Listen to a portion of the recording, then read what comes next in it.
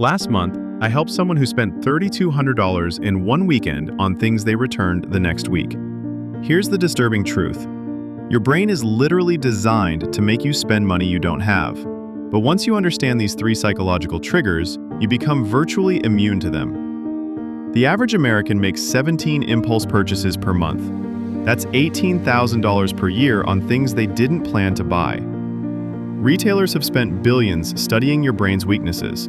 Every limited time offer, every "people who bought this" suggestion is psychological warfare designed to bypass your rational thinking. Every purchase triggers the same dopamine pathway as cocaine. Retailers gamify shopping with points, rewards, and surprise discounts. Your brain gets addicted to the purchase, not the product. That rush you feel hitting buy now, that's dopamine addiction.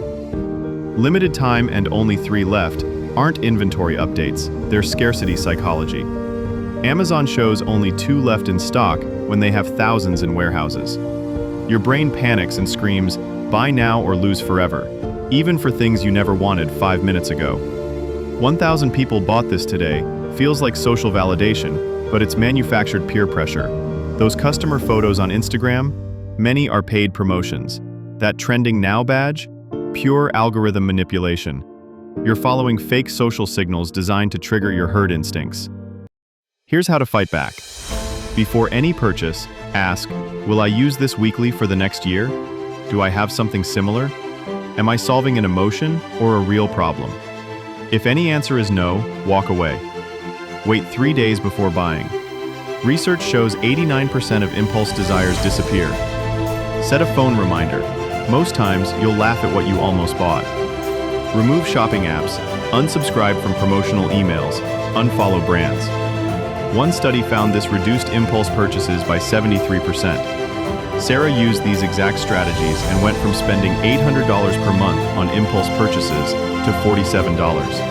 In 1 year, she saved $9,000, enough for a down payment on her first home. The difference wasn't willpower, it was outsmarting the psychological manipulation. Right now, pause this video and delete one shopping app from your phone. Try the 3-question filter this week. These aren't restrictions, they're psychological tools that put you back in control. Subscribe to MoneyMakers Studio for more psychology-based money strategies.